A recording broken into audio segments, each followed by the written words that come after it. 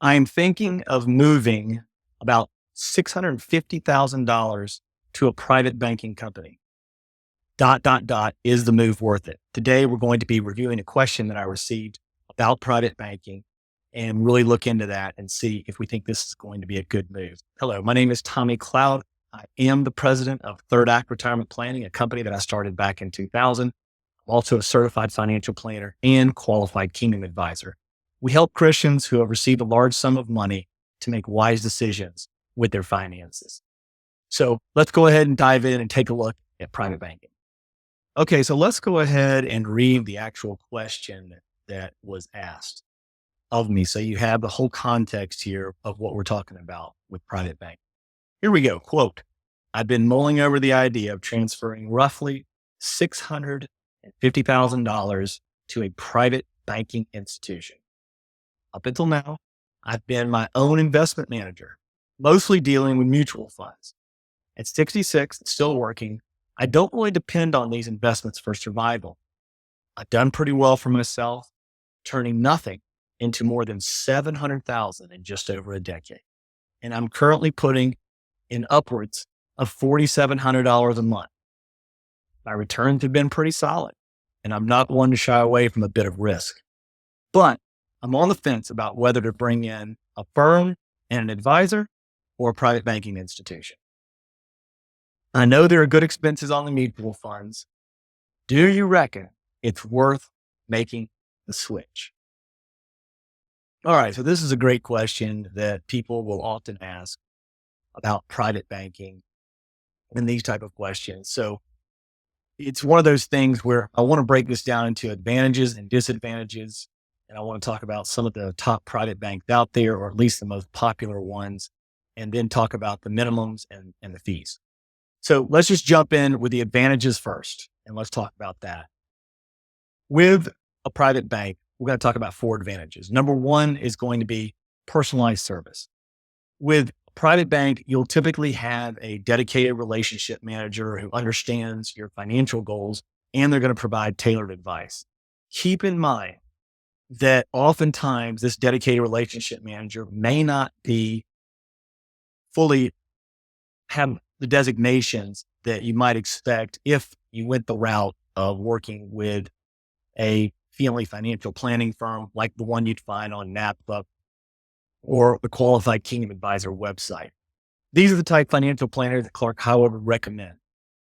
However, it is possible that your dedicated relationship manager or private bank does in fact have, for example, the certified financial planner designation. But either way, I'm not talking about the designation right now. The main advantage here is you do get personalized service. Number 2, you're going to have access to a wide range of services if you decide to go this route. You're going to have investment advice, tax planning, and estate planning, and even more. So that's another advantage that you would have with private banking. And again, it depends on how much you bring. We'll talk about the minimums, but it depends on how much money you're bringing to the table, what services they're going to offer, what the fees are going to be, etc. But again, this is something that we do in our financial planning firm. We provide investment advice, tax planning, and estate planning advice and assistance to our clients.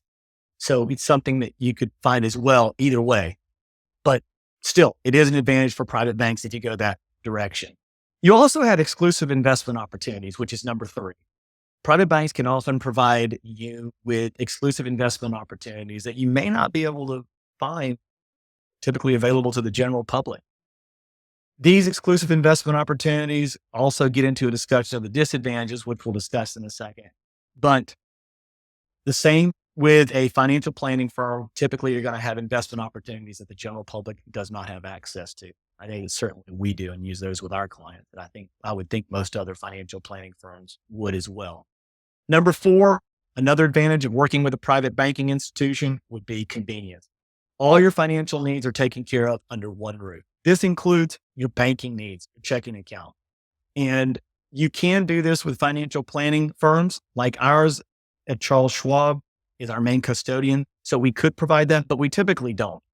So this is one thing with private banking that you can do that most other financial planning firms do not provide. Most financial planning firms do not provide a banking or handle your checking accounts and that type of thing. You can certainly do that, put it all under one roof, but it's not something that's typically handled. So this is convenience is number 4, being able to handle all your financial needs under the care of one roof. Now, when I say all, we're talking banking, investing. Maybe your insurance needs might not be able to be handled, but certainly you would be able to add banking in there. So those right there are the 4 advantages that we're looking at. And again, real quickly, just to review those 4 advantages. Number 1, personalized service. Number 2, access to a wide range of services. Number 3, exclusive investment opportunities. And number 4, convenience. Okay, let's talk about the disadvantages now. Number 1 is going to be high fees. In private banking services, they can charge you management fees and transaction fees, like monthly transaction fees. So you can have higher fees with those. Number 2 is the minimum balance required. And the minimum balance is going to be somewhere between maybe 150 to $1 million. In the old days, it just used to be like $1 million. And now I think they've lowered it for some of the banks. So you can still get in there lower minimum now, but I think if you get what you pay for. So if you go in at $150,000 minimum, you're probably not going to get the private banking that you would get if you brought in $1 million, $5 million, $10 million. And then number 3 is the potential for conflicts of interest. We've talked about that. Some of the private banking, they might offer you private equity offerings that they themselves are underwriting. And that can certainly be a conflict of interest. Some of the banking fees they have with the actual bank, that can be a conflict of interest. And then, of course, if they're not fee only, they might have mutual funds that have higher commissions, the standard stuff that you would be facing with a normal fee-based or commission-based financial advisor. So be careful for number 3, which is potential conflicts for interest. And then number 4, less controls. In this particular one, you have someone that has been managing their own investments. With a firm like ours, you can pay us a lower fee and continue to manage your own investments. And we'll just work on the planning with you, with the tax planning, estate planning, investment planning, financial planning, retirement planning. And so with a private bank, I think they're going to want to manage your investments most of the time.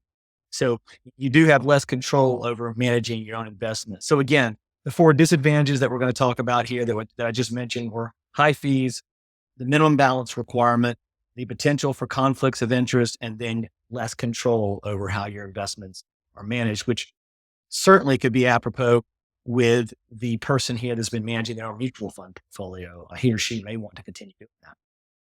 Okay, so what are some private banks? Some of the top private banks are Bank of America, JP Morgan, Wells Fargo, Morgan Stanley, Goldman Sachs. Those are just a few of the top ones out there. And as far as what their fees are, it's typically 1% of what they're managing for you if you meet the minimum. And then they might even have a monthly fee, depending on, again, how much you're giving them. There's price breaks as you go up, of course, but they might have a monthly fee as well, depending on the services and depending on the amount of money that you have with them. Okay, so that concludes our discussion of private banking institutions. I would appreciate it if you would like and subscribe to our channel. I will be having more content and videos come out. And speaking of whether or not you want to hand your money over to a private banking institution, you can go ahead and click on this video right here where I discuss how to handle your wealth from a biblical perspective. Until next time, this is Tommy Cloud with Sudden Wealth Stewardship.